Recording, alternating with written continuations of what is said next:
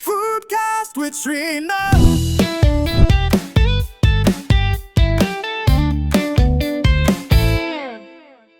A podcast with half food.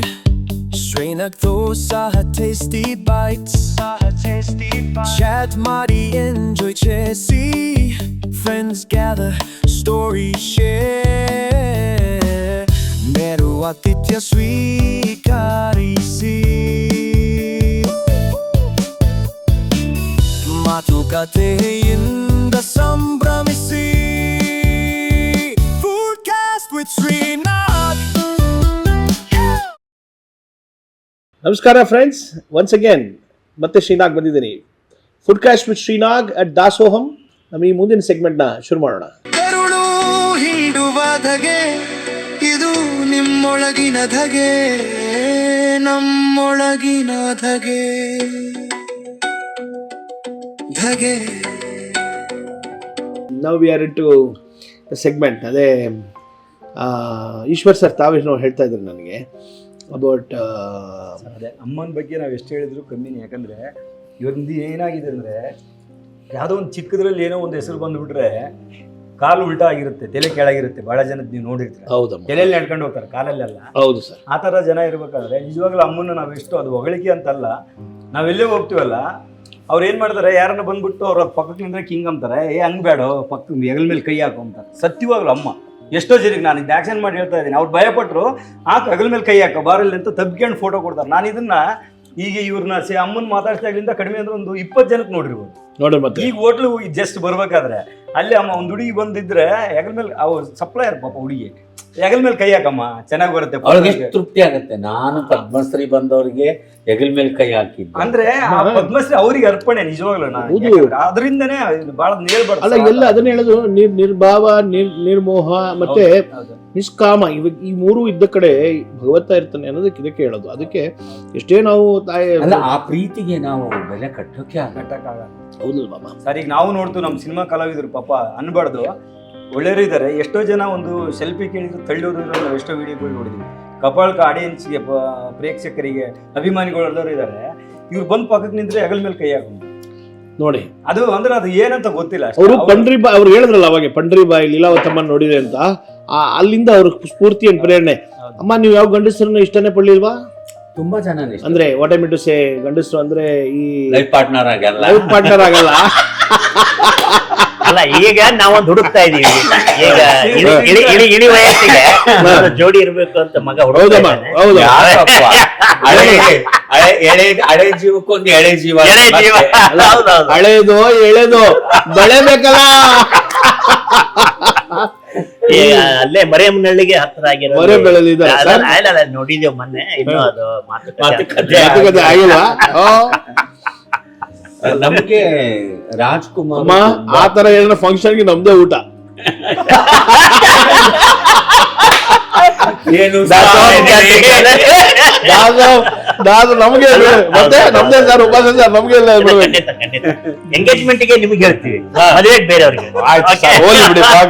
ಎಂಗೇಜ್ಮೆಂಟ್ಗೆ minimum 2,000 ಜನ ಬರ್ತಾರೆ. 2 ಲಕ್ಷ ಹುಷಾರಾಗಿ ಒಪ್ಕೊಳ್ಳಿ ಸರ್, ಮೋಸ್ಟ್ಲಿ 2 ಲಕ್ಷ ಆಗುವ. ನಾನು ಹೆಣ್ಣು ಪಾತ್ರಕ್ಕೆ ಅವರನ್ನ ಫಾಲೋ ಮಾಡಿದ್ದೀನಿ. ಗಂಡಸರ ಪಾತ್ರಿಗೆ ರಾಜ್ಕುಮಾರ್, ವಜ್ರಮನಿ, ಸುಧೀರ್, ಇವರನ್ನ ಫಾಲೋ ಮಾಡಿದ್ದೀನಿ. ಅವ್ರ ತೆರೆ ಮೇಲೆ ನೋಡ್ಬಂದು ಅದರಂಗೆ ಮನೆ ಮಾಡೋದು ಅಷ್ಟೇ. ಹೌದು, ಅವೆಲ್ಲ ಮಾಡ್ತಿದ್ರ? ಅವಾಗೆಲ್ಲ ಸಿನಿಮಾ ಆಕ್ಸೆಸ್ ಇರ್ತಿತ್ತ ನಿಮ್ಗೆ? ಸಿನಿಮಾ ನೋಡೋದು ಮೊಟ್ಟ ಮೊದಲೇ ಫಿಲ್ಮ್ ನೋಡಿದ್ ಯಾವ್ದು ನೀವು? ಮೊಟ್ಟ ಮೊದಲೇ ನೋಡಿದ್ದು ಭೂ ಕೈಲಾಸ. ಓಹೋ, ಚಿಕ್ಕ ಹುಡುಗ ಇದ್ದಾಗ ಭೂ ಕೈಲಾಸ ದಾವಣಗೆರೆ ವಸಂತ ಟಾಕೀಸ್ ಅಲ್ಲಿ ಬಂದಿತ್ತು. ನಮ್ಮಮ್ಮ ಕೈ ಹಿಡಿದು ಕರ್ಕೊಂಡು ಹೋಗಿದ್ರು. ಅದು ಮೊದಲನೇ ಸಿನಿಮಾ. ಅಪ್ಪನ ಜೊತೆ ಹೋಗಿಲ್ಲ ನೀವು? ಅಪ್ಪನ್ ಕಂಡ್ರೆ ಭಯ ಜಾಸ್ತಿ. ನಾನು ಜೋಗತಿ ಆದ್ಮೇಲೆನೆ ಅಪ್ಪನ ಜೊತೆ ಮಾತಾಡಿರೋದು. ಓಹೋ. ನಾನು ಜೋಗತಿ ಆಗಿ ವಿಷ ಕುಡಿದು ಆಸ್ಪತ್ರೆಗೆ ಅಡ್ಮಿಟ್ ಆಗಿ ಮನೆಯಿಂದ ಅವರು ಹೊರಗಾಕಿ ನಾನು ಎಲ್ಲೋ ಬಂದು ಬೆಳಗ್ಗೆ ಇಡ್ಲಿ ಚಟ್ನಿ ಮಾರಿ ಸಂಜೆ ಟ್ಯೂಷನ್ ಹೇಳ್ಕೊಟ್ಟು ಅದು ದೊಡ್ಡ ರಾಮಾಯಣ. ಇದೇ ಸರ್, ಅಂದ್ರೆ ಸಿನಿಮಾ ದಗೆಯನ್ನು ಮೀರಿ ಒಂದು ಬಹಳ ವಿಚಾರಗಳು ಇವು. ಅಮ್ಮನಾಗ್ಲಿ, ಈಗ ಇವ್ರು ಸಂಗಮೇಶ್ ಸರ್ನ ನಾವು ಅಂದ್ರೆ ಸಂಪರ್ಕದಲ್ಲಿದ್ದಾಗ ನಾವೇ ಹೇಳ್ತೀವಲ್ಲ, ಯಾರೋ ದೊಡ್ಡವ್ರ ಪಕ್ಕ ನಿಂತ್ಕೊಂಡ್ರೆ ಏನೋ ಒಂದು ಸ್ವಲ್ಪ ದೂರ ನಿಂತ್ಕೊಂಡು ಅನ್ನೋ ಮಟ್ಟಕ್ಕೆ ಇರ್ಬೇಕಾದ್ರೆ ಆ ಮಟ್ಟಕ್ಕೆ ಒಂದು ಫೀಲ್ ಮಾಡಿ ಒಬ್ಬರನ್ನ ಬಹಳ ಕೆಳಮಟ್ಟದವ್ರನ್ನ, ಅಂತ ಕೆಳಮಟ್ಟ ಅಂದ್ರೆ ಇಟ್ ಮೀನ್ಸ್ ಬಹಳ ಸಾಮಾನ್ಯರನ್ನು ತುಂಬಾ ಹತ್ರಕ್ಕೆ ಕರ್ಕೊಂಡು ನಿಲ್ಲಿಸ್ಕೊಂಬೋದಿದೆಯಲ್ಲ, ಅದು ಬಹಳ ರೇರು. ಅದನ್ನ ಅಷ್ಟಲ್ಲದೆ ಹೇಳ್ತಾರೆ ಸರ್, ನಾನು ಅದನ್ನ ಮೊದಲು ಅರ್ಥ ಮಾಡ್ಕೋಬೇಕು. ಆ ಸಾಮಾನ್ಯ ಜಾಗದಲ್ಲಿ ನಾನಿದ್ದೆ, ಅಲ್ಲಿಂದ ಬಂದಿರ್ತಕ್ಕಂಥ ಮೂಲ ಬೇರೆಗಳನ್ನ ಯಾರು ಮರೆಯಲ್ಲ. ಅವರು ಹಂಗೆ ಹಂಬಲಾಗಿ ಇರ್ತಾರೆ ಸರ್. ಅದಕ್ಕೆ ಈಗ ನಿಮ್ಮ ದಾಸೋಹಂ ಬರ್ಬೇಕಾದ್ರೆ ಇಷ್ಟು ಒಳ್ಳೊಳ್ಳೆ ದೋಸೆ, ಪೊಂಗಲು, ಕಾಫಿ, ಟೀ ಒಳ್ಳೊಳ್ಳೆದೆಲ್ಲ ತಿಂತಾ ಇದೀನಲ್ಲ, ಇದನ್ನ ತಿನ್ಬೇಕಾದ್ರೆ ನಾನು ಅಲ್ಲಿ ಕೆಳಗಿನ ಮೆಟ್ಲು ಒದ್ದು ತುಳಿದು ಮೇಲೆ ಹತ್ಕೊಂಡ್ ಬಂದಿದ್ದೀನಿ. ಹೌದಮ್ಮ. ಇದನ್ನ ತಿನ್ನೋದಕ್ಕಿಂತ ಮೊದಲು ಆ ಮೆಟ್ಲನ್ನ ನೆನ್ಸ್ಕೋಬೇಕು ಅಲ್ವಾ. ಇಲ್ಲಿ ಬರೋದಕ್ಕೆ ಅದು ಸಹಕಾರ ಮಾಡ್ತಾರೆ. ಮೂಲ ಬೇರನ್ನ ಯಾರು ಗಟ್ಟಿಗೆ ಇಟ್ಕೊಂಡಿರ್ತಾರೆ ಸರ್, ಅದಕ್ಕೆ ಇಂಗ್ಲಿಷ್ ನಲ್ಲಿ ಹೇಳ್ತಾರೆ ಡೋಂಟ್ ಬರ್ನ್ ಯುವರ್ ಬ್ರಿಡ್ಜ್ ಅಂತಾರೆ. ಅಂದ್ರೆ ಮೂಲನ ಗಟ್ಟಿ ಇಡುವ. ತೆಂಗಿನ ಮರ ಎಷ್ಟೇ ಎತ್ತರ ಬೆಳೆದ್ರು ಅದು ಬೇರಿದ್ದಾಗ ಮಾತ್ರನೇ ಗಟ್ಟಿ ಇರ್ತದ ಮರ ಅನ್ನೋದು. ಅದಕ್ಕೆ ಹೇಳ್ತಾರೆ ಸಜ್ಜನರ ಸಂಘ ಹೆಜ್ಜೇನು ಸವಿದಂಗೆ. ಈ ಸಜ್ಜನರ ಮುಂದೆ ನೀವು ಹೆಜ್ಜೆನು ಸೌದಿರೋದನ್ನ ನಾವೀಗ ಅರ್ಥ ಮಾಡ್ಕೋತೀವಿ, ಎಷ್ಟು ಹೆಜ್ಜೆನು ಸೌದಿದ್ರಿ ನೀವು ಅಂತ. ಸಾಹೇಬ್ರು ಅಷ್ಟೇ, ಯಾಕಂದ್ರೆ ಅವ್ರು ಈಗ 24x7 AC ಇರ್ತಕ್ಕಂಥ. ಈ KS ಅಂದ್ರೆ ಸಾಮಾನ್ಯ ಇದಲ್ಲ, ಒಂದು ತಾಲೂಕಿಗೆ ಹೆಡ್ ಆ ಪೋಸ್ಟ್ ಅಲ್ಲಿ KS ಅಂದ್ರೆ ಆ ಮಟ್ಟಕ್ಕೆ ಅಲ್ಲ. KS ಅವರು ಸಹ ಎಷ್ಟು ಡೌನ್ ಟು ಅರ್ತ್ ಅಂದ್ರೆ ನಾವು ಒಂದು ಕ್ಷಣ ಇದುವರೆಗೂ ಸ್ಟಿಲ್ ಆಫೀಸರ್ ಅಂತ ನಾವು ನೋಡಿಲ್ಲ ಸೀರಿಯಸ್ಲಿ ಸರ್. ನಾನು ಸೀರಿಯಸ್ಲಿ ಗ್ರೇಟ್. ಅವರು ನಮ್ಮ ಉಪಾಸ ಸಾಹೇಬ್ರಂತೂ 100% ಗ್ರೇಟ್. ಇವಾಗ ನೋಡಿ ನಮ್ಮ ಹತ್ರ ಎಷ್ಟು ನಾವು ತಮಾಷೆ ಮಾಡ್ಕೊಂಡು ಅವರು ಅಸಿಸ್ಟೆಂಟ್ ಕಮಿಷನರ್ ಸಾಹೇಬ್ರನ್ನು ನಮ್ಗೆ ಫೀಲ್ ಮಾಡಕ್ಕೆ ಬಿಡ್ಲಿಲ್ಲ ಸರ್. ಇಷ್ಟೆಲ್ಲ ಹೇಳಿ ಅದನ್ನ ಎತ್ತಿಡಿತಿದ್ದೀರಲ್ಲ, ನಿಮ್ಮ ಹಂಬಲಿಟಿಗೆ ನಾವು, ಯಾಕೆಂದ್ರೆ ನಿಮ್ಮಲ್ಲಿರೋ ಅಷ್ಟು ವಿದ್ಯೆ ಇದೆ, ಪ್ರೌಢಿಮೆ ಇದೆ. ನಾನೇನು ಡೈರೆಕ್ಟ್ರು ಅನ್ನೋಂತ ನೀವು ಹಂಬಲಿಲ್ಲಾಗಿದ್ದಾಗ ಅವರಿಬ್ಬರು ಅಲ್ವೇ ಸರ್? ನಿಮಗೆ ಕೇಳ್ರಿ, ನಾಲಿಗೆ ಒಳ್ಳೆಯದಾದ್ರೆ ಅದಲ್ವಾ ನೋಡಿ, ಅದು ದೊಡ್ಡ ಗುಣ. ಯಾರು Ishwar director. Actually director Ishwar ನನಗೆ ಇತ್ತೀಚಿನ ಪರಿಚಯ, 1 ವರ್ಷ ಆಗಿರ್ಬೋದು. ಬಹಳ ಅಂದ್ರೆ 1 ವರ್ಷದಲ್ಲಿ ಒಂದು ಸಿನಿಮಾ ಮಾಡಿದೀವಿ ಅಂದ್ರೆ ಆ ಸಂಬಂಧ ಎಷ್ಟು ಗಾಢವಾಗಿ ಬೆಳೆದಿರ್ಬೋದು ಅಲ್ವಾ. ನಾನು ಅವ್ರು ಮಾಡಿರೋ ಪಾತ್ರಗಿತ್ತಿ ಸಿನಿಮಾ ನೋಡಿ ಮೆಚ್ಕೊಂಡಂತ. ಇವರೇ ಡೈರೆಕ್ಟ್ರು, ಇವ್ರು ಅಂತ ನನ್ಗೆ ಗೊತ್ತಿಲ್ಲ. ಮತ್ತೆ ಅವರು ಒಳ್ಳೆ ಅದ್ಭುತ ಪಾತ್ರನೂ ಮಾಡಿದಾರೆ. ಅದನ್ನ ನನಗೆ ಇಷ್ಟ ಆಗಿತ್ತದು. ಇವ್ರ ಪರಿಚಯ ಆದ್ಮೇಲೆ ಪಾತ್ರಗಿತ್ತಿ ಹೌದಲ್ವೇನ್ರಿ, ನನಗೆ ಬಹಳ ಇಷ್ಟವಾದ ಸಿನಿಮಾ ಅದು, ನೀವೇನಾ ಅಂತ ಪರಿಚಯ ಆಗಿ ಸಂಪರ್ಕ ಬೆಳೆದು ಈ ಸಿನಿಮಾ ಮಟ್ಟಕ್ಕೆ ಬಂದಿದೆಯಲ್ಲ, ಅದು ಬರೋದಕ್ಕೆ ಕಾರಣ ಅಂದ್ರೆ ಆ ಡೈರೆಕ್ಟರ್ ಮನಸ್ಥಿತಿ. ಹೌದೌದು. ಮತ್ತೆ ಅವರ ಹಂಬಲ್ನೆಸ್, ಆ ಪ್ರೀತಿ, ಆ ಅಪ್ರೋಚ್ ಮಾಡೋ ಗುಣ, ಅದೆಲ್ಲನೂ. ಮತ್ತೆ ಅದಕ್ಕಿಂತ ಹೆಚ್ಚಾಗಿ ಆ ಸಿನಿಮಾ ಪ್ರೀತಿ ಇದೆಯಲ್ಲ, ಆ ಸಿನಿಮಾ ಪ್ರೀತಿ ದೊಡ್ಡ. ನೋಡಿ, ಸಿನಿಮಾ ಜೀವನದಲ್ಲಿ ಜೀವನ ಪ್ರೀತಿ ಇರುವ ಜನಗಳ ಮಧ್ಯೆ ಸಿನಿಮಾ ಪ್ರೀತಿ ಇಟ್ಕೊಂಡು ಸಿನಿಮಾ ಮಾಡಿ ಬದುಕನ್ನು ಕಟ್ಟಿಕೊಳ್ಳುವ ಮನಸ್ಥಿತಿ ಬಹಳ ದೊಡ್ಡದು ಅಂತ ನಾನು ಅನ್ಕೋತೀನಿ. ಹೌದೌದು. ನೋಡ್ರಿ, ನಾನು ಗಂಡ ಹೆಂಡತಿ ಮಕ್ಕಳು ಮಾಡ್ಕೊಂಡು ಒಂದು ಉದ್ಯೋಗ ಮಾಡ್ಕೊಂಡು ಜೀವನ ಮಾಡೋದು ಬಹಳ ದೊಡ್ಡ ವಿಶೇಷ ಸಾಧನೆ ಅನ್ಸೋದಿಲ್ಲ. ಹೌದೌದು, ಗೊತ್ತಾಯ್ತು ನಿಮ್ಗೆ? ಅಥವಾ ಇನ್ನೇನೋ ಮಾಡ್ಕೊಂಡಿರ್ತೇವೆ ದೊಡ್ಡದಲ್ಲ. ಆದ್ರೆ ಅದೆಲ್ಲ ಮಾಡ್ಕೊಂಡು ಏನೋ ಮಾಡ್ಬೇಕು ಅಂತ ಒಂದು ಹಂಬಲಿಸ್ತಾ ಇರ್ತದೆ ಮನಸ್ಸು. ಈಗ ಒಬ್ಬರು ಜೋಗತಿಯಾಗಿ, ಇವರು ಬರೀ ಜೋಗತಿಯಾಗಿದ್ದು ಇದ್ರು ಅಲ್ಲ, ಜೋಗತಿಯಾಗಿ ತಮ್ಮ ಒಳ್ಳೆತನವನ್ನ ಸಮಾಜದ ಮೇಲೆ ಪ್ರಭಾವ ಬೀರೋ ಪ್ರಯತ್ನ ಇದೆಯಲ್ಲ, ಅದು ಬಹಳ ದೊಡ್ಡ ಗುಣ. ಅಥವಾ ಅದು ಡೈರೆಕ್ಟರ್ದು ತಮ್ಮ ಬದುಕು ಏನೇ ಇರ್ಲಿ. ನಾನು ನೋಡಿ, ಸಿನಿಮಾವನ್ನ ನಾನು ಒಂದು ಸಿಂಬಾಲಿಕ್ ಆಗಿ ಹೇಳ್ತೀನಿ, ನಾನು ಮೆಟಾಫರಿಕಲ್. ಏನು ಅಂದ್ರೆ, ಹೇಗೆ ಮೇಣ ತಾನುರಿದು ಜಗತ್ತಿಗೆ ಬೆಳಕು ಕೊಡ್ತದೋ, ಸಿನಿಮಾ ರಂಗದಲ್ಲಾಗ್ಲಿ, ಕಲಾರಂಗದಲ್ಲಾಗ್ಲಿ, ಚಿತ್ರರಂಗದಲ್ಲಾಗ್ಲಿ, ಅಥವಾ ರಂಗಭೂಮಿಯಲ್ಲಾಗ್ಲಿ ಎಲ್ಲರೂ ಕೂಡ ತಾವು ಉರುಳು ಬೂದಿಯಾಗಿ ಸಮಾಜಕ್ಕೆ ಕಲೆಯ ಮೂಲಕ ಬೆಳಕನ್ನು ಕೊಡುವಂತ. ಹಾಗಾಗಿನೇ ಜಗ್ಗೇಶ್ ಅವ್ರ ಮಾತಲ್ಲಿ ಹೇಳ್ಬೇಕು, ಅದನ್ನ ಕಲಾವಿದರು ಅಂದ್ರೆ ಗಂಧರ್ವರು, ಹೌದು, ದೇವಲೋಕದಲ್ಲಿ ಇರ್ತಕ್ಕಂಥದ್ದು. ಸೊ ಕಲೆ ಯಾರಿಗೂ ಒಲಿಯೋದಿಲ್ಲ. ಹೌದು, ಕಲೆ ತಮ್ಮ ಬೇಕಾದವ್ರನ್ನ ಆಯ್ಕೆ ಮಾಡ್ಕೊಳ್ತದೆ. ಹಾಗಾಗಿ ಆಯ್ಕೆ ಮಾಡ್ಕೊಂಡಂತ ಕಲೆಯನ್ನು ಉಳಿಸ್ಕೋಬೇಕು ಅನ್ನುವಂಥ ನನ್ನಂಥವ್ರು. ನಾನು ಅಚಾನಕವಾಗಿ ಏನೇನೋ ಮಾಡ್ಕೊಂಡು ಏನೆಲ್ಲ ಆಗಿ ಇನ್ನೇನೋ ಮಾಡ್ತಾ ಇರ್ತಕ್ಕಂಥವ್ರು. ಆ ಕಲೆಯ ಪ್ರೀತಿ, ಆ ಸಿನಿಮಾ ಪ್ರೀತಿ, ಆ ಪ್ರೀತಿನೇ ನಮಗೆ ಈ ಎಲ್ಲರನ್ನು ಒಟ್ಟುಗೂಡಿಸಿ ಅದು ತಾಯಿ ಮಗನನ್ನಾಗಿಯೂ ಮಾಡಿದೆ, ಸ್ನೇಹಿತರಾಗಿಯೂ ಮಾಡಿದೆ, ನಿರ್ದೇಶಕರಾಗಿ ಮಾಡಿದೆ, ಕಲಾವಿದರಾಗಿ ಮಾಡಿದೆ. ಅದೆಲ್ಲನೂ ಡೈರೆಕ್ಟರ್ಗೆ ಇದೆ. ಇದೆಲ್ಲವೂ ಏನ್ ಪ್ರಯತ್ನ ಇದೆ, ಇದೆಲ್ಲನೂ ಡೈರೆಕ್ಟರ್ಗೆ ಸೇರ್ಬೇಕಾಗಿರೋದು. ಈ ಚಿತ್ರಕ್ಕೆ ಅದ್ಭುತವಾದಂತ ಕತೆ ಆಕ್ಚುಲಿ ಅವರೇ ಮಾಡಿದ್ದಾರೆ. ನಾನು ಅವ್ರ ಜೊತೆ ಕೋ ಡೈರೆಕ್ಟರ್ ಹೌದು, ನಾನು ಸಂಭಾಷಣೆನೂ ಬರ್ತೀನಿ, ಅದೆಲ್ಲವೂ ಸತ್ಯನೇ. ಆದ್ರೆ ಮೂಲ ಲೀಡ್ ಮಾಡಿರ್ತಕ್ಕಂಥ ಒಂದು ಕಾನ್ಸೆಪ್ಟ್ ಇದೆಯಲ್ಲ, ಅದು ಅವರೇ ಮಾಡಿದ್ದಾರೆ ಮತ್ತು ಅದಕ್ಕೆಲ್ಲ ಸಹಕಾರ ಕೊಟ್ಟಿರೋದು. ಅದ್ಭುತವಾಗಿ ಇದಕ್ಕೆ ಸಂಗೀತ ನೀಡಿದ್ದಾರೆ ಇಂದ್ರ ಕೆ ಎಂ ಇಂದ್ರ, ಬಹಳ ಅದ್ಭುತವಾದಂತ ಸಂಗೀತ ನೀಡಿದ್ದಾರೆ. ಈಗ ಒಂದೆರಡು ಸಾಂಗ್ಗಳಿದೆ, ಅದು ನಾವು ಇದು ಬರೀ ಆರ್ಟ್ ಮೂವಿ ಅಂತ ಅಲ್ಲ, ಇದು ಕಮರ್ಷಿಯಲ್ ಆಗಿನೂ ಬಿಡುಗಡೆ ಮಾಡುವಂತ ಯೋಚನೆ ನಿರ್ಮಾಪಕರದ್ದು ಮತ್ತು ನಿರ್ದೇಶಕರದ್ದು. ಇದರಲ್ಲಿ ಕಮರ್ಷಿಯಲ್ ಸರ್ ಅಂದ್ರೆ ಆರ್ಟ್ ನಾನು ಹೇಳಿದ್ನಲ್ಲ, ಯಾವಾಗ್ಲೂ ಒಂದು ಸಂದೇಶದ ಜೊತೆ ಮನೋರಂಜನೆ ಇರ್ತದೆ. ಇನ್ನೂ 4 ಸಾಂಗು ಶೂಟ್ ಆಗ್ಬೇಕು. ಆಮೇಲೆ ನಾವು ಈಗ ಏನಂದ್ರೆ ಈ ಸಿನಿಮಾದ ಬಗ್ಗೆ ಬಿಟ್ಟು ಹೊರಗಡೆ ಟೆಕ್ನಿಷಿಯನ್ಸ್ ಬಗ್ಗೆ ಮಾತಾಡಿಲ್ಲ. ನಿಜವಾಗ್ಲೂ ಇಂದ್ರ ಸರ್ ನಾವು, ಯಾಕಂದ್ರೆ ನಾನು ಇಂದ್ರ ಸರ್ ಬಗ್ಗೆ ಇದು ನಾನು ಫಸ್ಟ್ ಸಿನಿಮಾ ಮಾಡ್ತಾ ಇರೋದು. ಕೂತು 2-3 ದಿನದಲ್ಲಿ ಅವ್ರು ನೋಡ್ಬಿಟ್ಟು ವಾವ್ ಫ್ಯಾಕ್ಟ್ ಫಸ್ಟ್ ಸಿನಿಮಾ ನೋಡಿದಟ್ಟಿಗೆ, ಸರ್ ಇದ್ರಲ್ಲಿ ಏನೋ ಒಂದು ಫೈರ್ ಇದೆ ಸರ್, ನಾನು ಅಷ್ಟು ಈಜಾಗಿ ಒಪ್ಕೊಳ್ಳಲ್ಲ, ತುಂಬಾ ಚೆನ್ನಾಗಿ ಮಾಡಿರಿ, ಬನ್ನಿ ಸರ್ ಮಾಡೋಣ, ಬನ್ನಿ ಸರ್ ಅಂತ ಹೇಳ್ಬಿಟ್ಟು. ನಿಜವಾಗ್ಲೂ ಸರ್ ನನಗೆ ಈ ತರ ಒಂದು ಬೇಕಂದ್ರೆ 2-3 ದಿನದಲ್ಲಿ ಅದ್ಭುತವಾಗಿ ಸಾಂಗ್ ಟೂನ್ ಇದು ಓಕೆನಾ ಸರ್ ಅಂತ. ಆಮೇಲೆ ಡೆವಲಪ್ ಮಾಡೋದಕ್ಕೆ ಟೈಮ್ ಹಿಡಿದಿದೆ. ಸಾಂಗ್ ಕೇಳಿ ಪ್ರತಿಯೊಂದು ಸಾಂಗು ಮೈಂಡಲ್ಲಿ ಉಳಿಯುತ್ತೆ. ಅವರು ಅದ್ಭುತವಾಗಿ ಮಾಡಿದ್ದಾರೆ ಸರ್. ಮೇಡಮ್ ನಮಸ್ಕಾರ. ಮತ್ತೆ ಅಗೇನ್ ಬ್ಯಾಕ್ ಟು ನಿಮ್ಗೆ. ಹೆಂಗೆ ಈ ನೀವು ಸಿನಿಮಾನ ಧಗೆ ಸಿನಿಮಾಗೆ ದುಡ್ಡು ಹಾಕಬೇಕು ಅಂತ ನೀವು ಮತ್ತೆ ನಿಮ್ಮ ತಂದೆಯವರು ಯೋಚನೆ ಮಾಡಿ ಹೇಗೆ ವಾಟ್ ವಾಸ್ ನಿಮ್ಗೆ ಇನ್ಸ್ಪಿರೇಷನ್? ಸಾಹೇಬ್ರು ಅನ್ನೋದು ಒಂದಾದ್ರೆ ಏನನ್ನ ಮಾಡಬೇಕು ಇದರಲ್ಲಿ ಅನ್ನೋಂಥ ಯಾವ ಥರ ಇನ್ಸ್ಪಿರೇಷನ್ ಬಂತು? ಹೆಂಗೆ ನಮ್ಗೆ ಹೇಳ್ಕೊಡಿ. ಅಂದ್ರೆ ಹೊಸ ಪ್ರೊಡಕ್ಷನ್ ಅಂದ್ರೆ ಎಲ್ಲ ಮನೇಲಿ ಕೇಳ್ಕೊಳ್ಳಿ, ಗಂಡಿರನ್ನ ಒಳ್ಳೆ ಪ್ರಯಾಣ ತಗೊಂಬಂದಾಗ ಮೇಡಮ್ ತರ ನೀವು ಸಪೋರ್ಟ್ ಮಾಡಿ. ಓಕೆ, ಪ್ಲೀಸ್ ಹೇಳಿ ಮೇಡಮ್. ಹೌದು, ಮತ್ತೆ ಕೂತ್ಕೊಳ್ರಿ ಸುಮ್ಮನೆ ಅಂತ ಹೇಳೋಂಥ ಹೆಣ್ಮಕ್ಳಿದ್ದಾರೆ. ಮೇಡಮ್ ನೋಡಿ ಕಲೀರಿ. ಮೇಡಮ್ ಹೇಳಿ ಮೇಡಮ್ ದಯವಿಟ್ಟು. ಆ್ಯಕ್ಚುಲಿ ಕತೆ ಆ ಥರ ಇದೆ ಸರ್, ಕತೆ ಇರೋದೇ ಹಂಗಿದೆ. ಕೇಳಿ ತಕ್ಷಣ ಒಪ್ಕೊಂಡೆ. ಬಟ್ ಸಿನಿಮಾ ನೋಡಿದ್ಮೇಲೆ ನಾನು ಇನ್ನೂ ತುಂಬ ಇಂಪ್ರೆಸ್ ಆಗಿದ್ದೀನಿ. ಅಮ್ಮಂದು ಆ್ಯಕ್ಟಿಂಗ್ ಆಗಿರ್ಬೋದು, ಸಂಗಮೇಶ್ ಸರ್ ಆ್ಯಕ್ಟಿಂಗು ನಂಗೆ ನಿಜ ಕಣ್ಣಲ್ಲಿ ನೀರೇ ಬಂದುಬಿಡ್ತು. ಮನೇಲಿ ಒಂದ್ಸಲ ನೋಡಿದ್ವಿ, ಎಡಿಟಿಂಗ್ ಎಲ್ಲ ಮಾಡೋದಕ್ಕೋಸ್ಕರ ಮನೇಲಿ ನೋಡ್ತಿದ್ರಲ್ಲ, ಆವಾಗ ನೋಡಿದಾಗೆ ಅದು ಆ್ಯಕ್ಚುಲಿ ನಾ ಪೂರ್ತಿ ಮುಗ್ದಿರಲಿಲ್ಲ, ವಾಯ್ಸ್ ಗೀಸ್ ಎಲ್ಲ ಏನೂ ಕರೆಕ್ಟಾಗಿರಲಿಲ್ಲ. ಆಗ ನೋಡಿದಾಗಲೇ ನಾನು ಅಷ್ಟು ಇಂಪ್ರೆಸ್ ಆದೆ, ಆ ಥರ ಮಾಡಿದ್ದಾರೆ ಆ್ಯಕ್ಟಿಂಗು. ಸೊ ಬಟ್ ನಿಮ್ಮ ಧೈರ್ಯಕ್ಕೆ ಮೆಚ್ಚಲೇಬೇಕು madam. Hats off to you.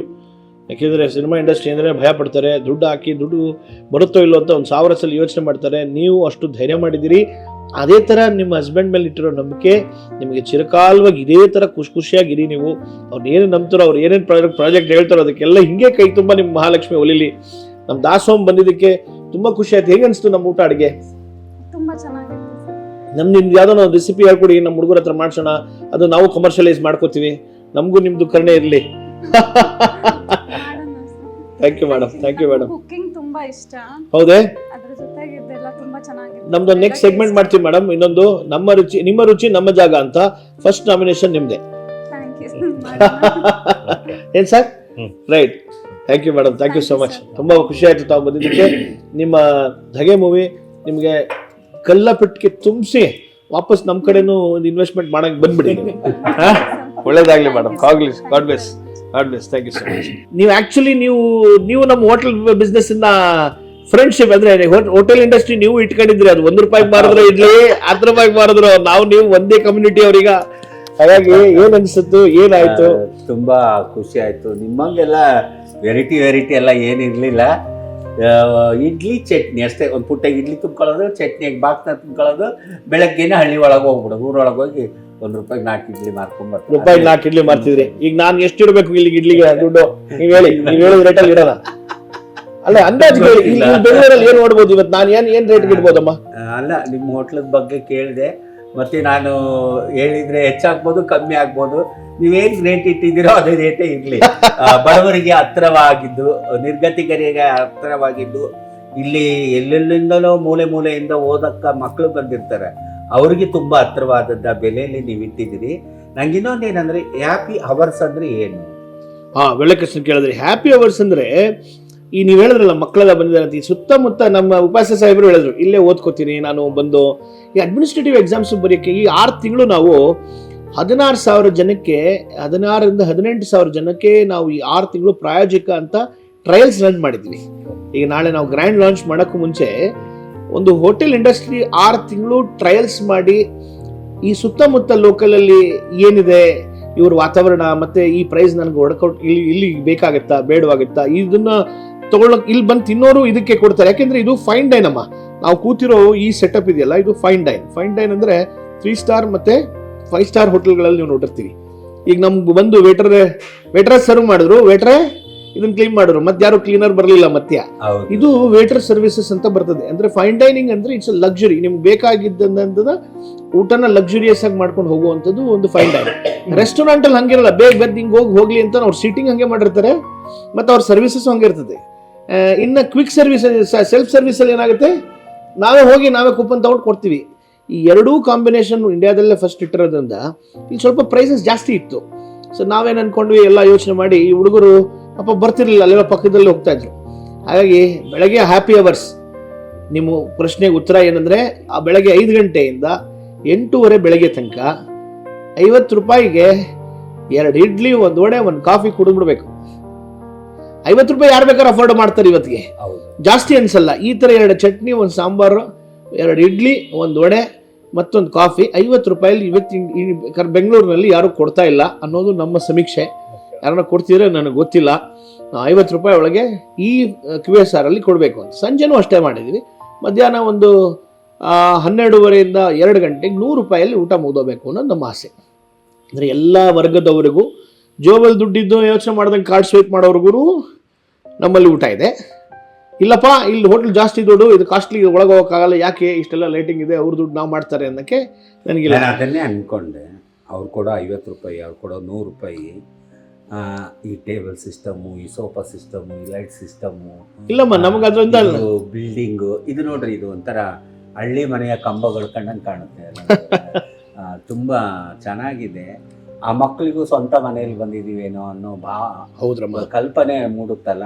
ಆಮೇಲೆ 50 ರೂಪಾಯಿ ಕೊಡ್ತೀರಲ್ಲ, ಈಗಿನ ಕಾಲದಲ್ಲಿ 50 ರೂಪಾಯಿ ಸಿಟಿಯಲ್ಲಿ ಜೀವನ ಮಾಡೋರಿಗೆ ಅದು ತುಂಬಾ ಕಮ್ಮಿ ಅನಿಸ್ತೀನಿ. 50 ತುಂಬಾ ಕಮ್ಮಿ. ಈ ಹೋಟ್ಲ್ 20 ಗಂಟೆ ಆಪರೇಷನ್ ಇದೆ ಅಮ್ಮ. ಈ ಕಡೆ ಬೆಳಗ್ಗೆ 3 ಗಂಟೆ, ಸಂಜೆ 3 ಗಂಟೆ ದೇವ್ರ ಹುಂಡಿಗೆ ಆಗ್ದಂಗೆ 50 ರೂಪಾಯಿ ಫುಡ್ ಕಾಸ್ಟ್. ಎಲ್ಲರಿಗೂ ಗೊತ್ತು 50 ರೂಪಾಯಿಗೆ ಫುಡ್ ಕಾಸ್ಟ್ ಬರಲ್ಲ ಅಂತ. ಅಲ್ಲಿ ಬಂದಿದ್ದು ಅಲ್ಲಿಗೆ ಖರ್ಚಿಗೆ, ಮತ್ತೆ ನನ್ನ ಜೊತೆ ಎಲ್ಲೆಲ್ಲಿಂದನೋ ಬಿಟ್ಟು ಬಂದಿದ್ರಲ್ಲ ಹುಡುಗರು, ಅವ್ರಗಳಿಗೆ ಸಂಬಳ ಆದ್ರೆ ಆ ಪಾಯಿಂಟಲ್ಲಿ ಸಾಕು ನಮಗೆ, ಅದರಿಂದ ನಮಗೆ ಲಾಭ ಬೇಡ ಅಂತ. ಈಗ ಸರ್ವಜ್ಞ ಒಂದು ಮಾತು ಹೇಳಿದ್ದಾನೆ, ನೀಡುವ ಕೈ ಬಡವನಾದರೆ ಕೊಡುವ ಒಡೆಯನು ಬಡವನಲ್ಲ ಸರ್ವಜ್ಞ. 100% ಸೂಪರ್ ಅಮ್ಮ. ನಮ್ಮೆಲ್ಲರ ಕೈ ಭಗವಂತನ ಹತ್ರ ಹಿಂಗಿದೆ. ನಾನು ಎಲ್ಲರಿಗೂ ಹೇಳ್ತೀನಿ ನೋಡಿ, ನಮ್ಮೆಲ್ಲರ ಕೈ ಹಿಂಗೆ ಇರೋದು ಭಗವಂತನ ಮೇಲೆ. ಹಿಂಗ್ ಮಾಡ್ಕೊಂಡ್ರೆ ತುಂಬೋಯ್ತಲ್ಲ ಅಂತ ನಿಲ್ಲಿಸ್ಬಿಡ್ತಾನೆ. ಹೌದು, ಹಿಂಗ್ ಮಾಡಿದ್ರೆ ಅದು ತುಂಬದೇ ಇಲ್ಲ, ಕೊಡ್ತಾನೆ ಇರುತ್ತೆ. ಇದೇ ನಾನ್ ಅನ್ಕೊಂಡಿರೋದು, ನಾನ್ ನಂಬಿರೋದು ಅಲ್ವೇ ಸರ್? ಹಿಂಗ್ ಅನ್ಕೊಂಡ್ರೆ ನಾನು ನಂದು, ನನ್ನ ಹೆಂಡತಿ, ನನ್ನ ಮಕ್ಕಳು ಅಂತ ಹಿಂಗ್ ಮುಚ್ಕೊಂಡ್ರೆ ಮುಗ್ದೋಯ್ತಲ್ಲ, ತುಂಬ ಸುರಿತಾ ಇದೆ, ಸಾಕು ಇವನು ಬಿಡು, ಪಕ್ಕದವ್ರು ನೋಡು ಅಂತಾರೆ. ಹಿಂಗ್ ಅಂದ್ಬಿಟ್ರೆ ನನಗೆ ಎಷ್ಟು ಬಂದ್ರೆ ಸಾಕಪ್ಪ, ಕೆಳಗೆ ಬಿಟ್ಬಿಡೋಣ ಅಂದ್ರೆ ಅವ್ನ ಕಾರ್ಯ ನಾವು ಒಂಚೂರು ಮಾಡ್ತಾ ಇದೀವಿ. ಏನು ನಮ್ಮಲ್ಲಿ ನಾವು ಸ್ವಾಮಿ ಕಾರ್ಯ ಸ್ವಕಾರ್ಯ. ನೀವು ಒಳ್ಳೆ ಕೆಲಸಗಳನ್ನು ಮಾಡ್ತೀರಿ, ನೀವು ಆರಾಧಿಸುವಂತ ದೈವ ನಿಮಗೆ ಆಯುರ ಆರೋಗ್ಯ ಐಶ್ವರ್ಯ ಭಾಗ್ಯ ಕೊಟ್ಟು ಸಕಾಲಕ್ಕೆ ಒಳ್ಳೆಯದನ್ನ ಬಯಸ್ತಾ ಇದ್ದೀರಾ. ಸಕಾಲಕ್ಕೆ ನಿಮಗೆ ಒಳ್ಳೇದಾಗಲಿ, ನಿಮ್ಮ ಮಕ್ಕಳು ಮರಿಗಳಿಗೆ ಆ ದೇವಿ, ಆ ದೇವರು ನಿಮಗೆ ಒಳ್ಳೇದು ಮಾಡ್ತಾರೆ ನಿಮಗೆ. ಅಮ್ಮ ನಮ್ದು ನಿಮ್ದೇ ಕಾನ್ಸೆಪ್ಟು, ಮಕ್ಳು ಆಗ್ಲೇಬೇಕು ಅನ್ನೋದಿಲ್ಲ. ಎಲ್ಲರನ್ನು ಮಕ್ಕಳು ಭಾವದಲ್ಲಿ ನೋಡಿದ್ರೆ ಆಯ್ತು, ನಂದು ಹೊಟ್ಟೆಯಲ್ಲೇ ಹುಟ್ಟಬೇಕು, ನನ್ನಿಂದನೇ ಉಡಿಬೇಕು ಅನ್ನೋದಿಲ್ಲ. 100 ಜನಕ್ಕೆ ನಾವು ಪರಮೇಶ್ವರಿ ತರ ನಾವು ಎಲ್ಲರಿಗೂ ತಾಯಿ ತಂದೆ ಭಾವದಲ್ಲಿ ಇದ್ಬಿಟ್ರೆ, ನನ್ನ ಹೆಂಡತಿಗೆ ನಾನು ಅದೇ ಹೇಳ್ತೀನಿ, ಅವಳಿಗೆ ಸ್ವಲ್ಪ ಒಂಚೂರು ಮೈ ಹುಷಾರಿರಲಿಲ್ಲ, ಅವಳು ಬೇಜಾರು ಮಾಡ್ಕೋತಾಳೆ. ಅವಾಗ ಹೇಳ್ತೀನಿ, ನೀನು ಬರೀ ಮಕ್ಕಳಿಗೆ, ನಮ್ಮ ಮಕ್ಕಳಿಗೆ ತಂದೆ ತಾಯಿ ಅಲ್ಲ, ನಮ್ಮ ಜೊತೆಲಿ ಇರೋರು ಎಲ್ಲರಿಗೂ ನಾವು ತಂದೆ ತಾಯಿ ಭಾವ ಬಂದಾಗ ವಿಷ್ಣುಗೆ ಎಲ್ಲಿ ಮಕ್ಕಳಿದೆ ಅಲ್ವೇ? ಇಡೀ ವಿಶ್ವನೇ ಅವ್ರು ನೋಡ್ಕೋತಿಲ್ವೇ? ಹಂಗೆ ನಾವು ನಮ್ಮ ಕರೆಗೆ ಹೋಗೊಟ್ಟು ಅಷ್ಟು ದೂರದಿಂದ ಇಷ್ಟು ತನಕ ಇಲ್ಲಿಗೆ ಬಂದಿರೋದಕ್ಕೆ ನಿಮಗೆ ಅನಂತ ಕೋಟಿ ಧನ್ಯವಾದಗಳು, ಅನಂತ ವಂದನೆಗಳು. ನೀವು ನಮ್ಮ ಕರೆಗಟ್ಟು ಬೇಗ ಬಂದಿದ್ದೀರಾ, ಇಲ್ಲೆಲ್ಲ ಬೆಂಗಳೂರಿಂದ ಬರೋಕೆ ಮುಂಚೆ ಬಂದಿದ್ದೀರಾ. ಥ್ಯಾಂಕ್ ಯು ಸೊ ಮಚ್ ಅಮ್ಮ. ನಿಮಗೆ ಲೇಟ್ ಆಗ್ತಿದೆ ಅನ್ನೋದು ಗೊತ್ತು, ಇಷ್ಟು ತನಕ ಹೇಳಿಸ್ಕೊಳೋದು ನೀವು ಟೈಮ್ ಕೊಟ್ಟಿದ್ದೀರಿ. ನಮ್ಮ ಈ ಫುಡ್ ಕಾಸ್ಟ್ ವಿತ್ ಶ್ರೀನಾಥ್ಗೆ ನಿಮ್ಮ ಆಗಮನ ನಮಗೆ ತುಂಬಾ ಖುಷಿ ಕೊಟ್ಟಿದೆ, ಸಂತುಷ್ಟವಾಗಿದೆ. ನೀವು ಹರಿಸಿ ಈ ಚಾನಲ್ ಚೆನ್ನಾಗಿ ಬೆಳೀಲಿ. ಏನ್ ಹೇಳ್ತೀರಾ ವೀಕ್ಷಕರೇ? Thank you so much.